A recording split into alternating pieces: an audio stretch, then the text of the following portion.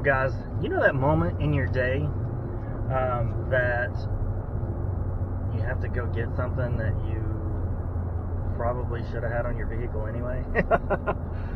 I'm not a fan of the 3, 4, 5 trips to Home Depot a day. Sometimes though you get into something, you don't know what you need until you get into it, and which is okay. It just sometimes it prolongs the job and keeps you from moving on to the next place. So sometimes how I combat that is I just buy like one of everything, especially if I'm doing plumbing or something.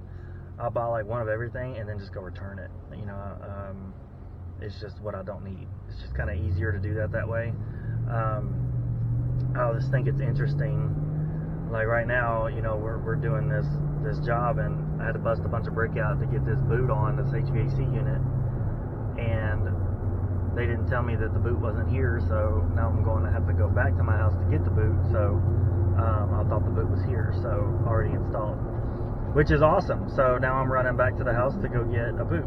But so a lot of this is planning and communication. It's like, are you guys communicating in the field what all exactly is done? Are you taking time to write notes on what those guys are telling you? Because sometimes that's a problem. I'm just so busy, or I'm driving and I can't stop and take notes of what they're trying to tell me. So I tell them to send it in a text message or drop it in our Slack channel. And that Slack channel has been really convenient lately, because I'm doing my brain dumps at the end of the day into Slack channel. That way my leadership team can see what all is going on with me, and then they can say, hey, look, I can take this off your plate, I can take that off your plate, let me do this or that. And so it can be helpful.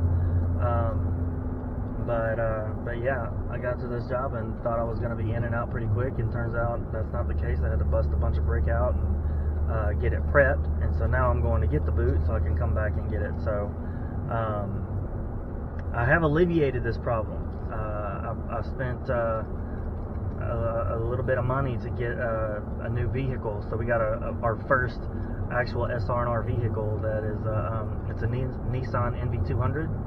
We put a ladder rack on it and a backup camera, and now that everybody that's doing these jobs, because the problem is that I've been having to go out to these jobs later in the afternoon to use my ladder rack for the taller ladder. So we do screen enclosures as well, and so I have to have the ladder rack for that long material because it comes in 24-inch or 24-foot sections. So I have to have the ladder rack anyway. Well, I'm the only guy that can carry around a 36-foot ladder. Well, we wanted to remedy that, so we got an NV200, put a ladder rack on it, and now they can carry that ladder around with them. So just what are some of the things just outside the box? It's really just buying my time back, in the afternoons. We committed to do this job. We're in contracts to do these jobs, so to fulfill those jobs on a better way, to give the right quality and the right quantity, we decided to buy the vehicle with the ladder rack. So yeah, man, what are you doing in your business that you're realizing, man, this is taking up a lot of my time. My time's more valuable than that. I need to be somewhere else doing something else that adds more value to my business or generates more income for my business. What are those things that you can do? See, my goal is I have my calendar on my schedule. I have my calendar marked out and color coded, right? So this may be a kind of a nugget or a tip or a trick for you guys out there in the handyman world. So I have it on my Google Calendar, because I have people that influence that calendar. Our dispatcher, when a job comes in and they need to do an estimate, she will look at my calendar and she'll manipulate my calendar. So the color code goes like this. So if it's blue, it's health and fitness or wellness. If it's green, it's family or recreational. If it's yellow, it's a meeting. And if it's red, I've got to go do it. Me personally, I've got to go do it. The whole goal is to move things out of the red, out of the red into the yellow, or either delegate it to somebody else in our company. So a big portion of that is estimating right now, estimating jobs. It's taken me some time. And contracts, man, the contracts are taking a lot longer than usual because I'm so busy from 8 in the morning till really about 7 o'clock at night.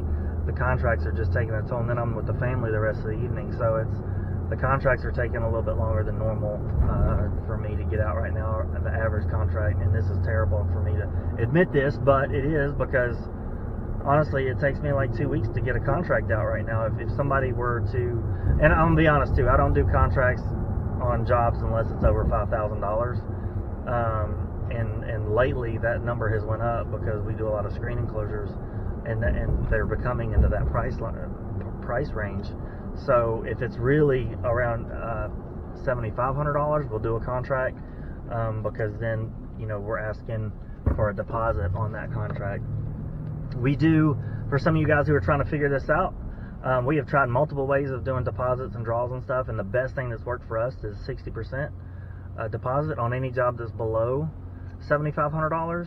So if it's below $7,500, we'll take a really, if it's below $10,000, we'll take a deposit, a 60% deposit. If it's at $10,000, we'll do a draw system, unless the homeowner wants to just give me the 60% deposit. We'll do a draw system where we'll just take, $5,000 down or something like that to get the job going, and then we'll submit pay applications every 2 weeks to get an additional check, to just keep moving the job forward. So that's kind of how it's worked out for us. The 60-40 deal works amazing. 60% up front to get you on my calendar, and then 40% once the job is done. The other 40% is once the job is done. So it works out really well that way. It took me a long time to figure that out, how to justify that or how to do that, because what kept happening was like I'd be out of money and I kept having to go back to them, and it's kind of annoying. To me it is, having to go back to a homeowner and just be like, hey, I need more money to do this. I need more money to get this material. I should have upped it.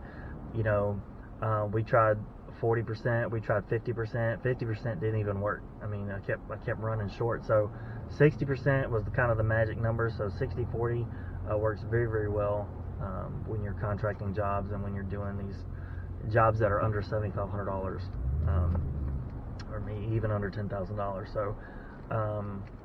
So yeah, I mean, we have multiple jobs going on every day. Like I said, there's 20 people that work for me.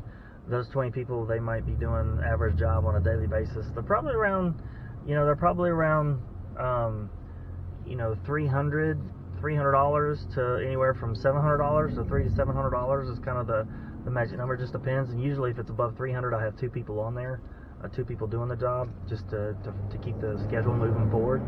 So it's just like in business, it's all about cash flow, right? Well, if you were to take the concept of cash flow and apply that to labor, it's the same thing. You got to keep the flow of labor going so you can keep the jobs moving forward. So I know I'm just kind of verbally throwing up right now, but just kind of on my mind, some of you guys might deal with that and not know how to combat that or how to implement a system to do those things. So yeah, always looking at things when you face problems and situations or frustrations, always look at those on the other side of it. Look at it with a solution mindset and say, hey, how can I solve this problem in the future so I don't have it again? And you're always learning, because on the other side of fear and frustration, or anger and frustration, is education. So always know that you're always wanting to move the ball forward. You're always trying to scale your business, scale your people, scale your systems, and the only way to scale is with systems. So if you guys haven't ever read anything on systems, man, E-Myth is a fantastic book on systematizing. The 12-Week Year is a fantastic book. On Target is another book that is fantastic. No, I'm sorry, not On Target. It's Traction. Traction is the name of the book. I'm sorry, I apologize. Traction. Traction is a great book with a great system in it. It's just really just helping you to find the things that you need to be doing. What are your big goals that you need to be moving forward on a daily basis, and what are the action steps to make those goals happen? Any goal, to achieve that goal, you have to reverse engineer the goals and work your way backwards. So what's the goal? Work your way backwards to figure out what it's going to take to get there. So, yeah, I think it's great. You guys out there are killing it. I hope you guys are having a great day and a great week. And today is actually Friday, so I hope you're looking forward to the weekend. So, yeah, have a great day. Thanks, guys.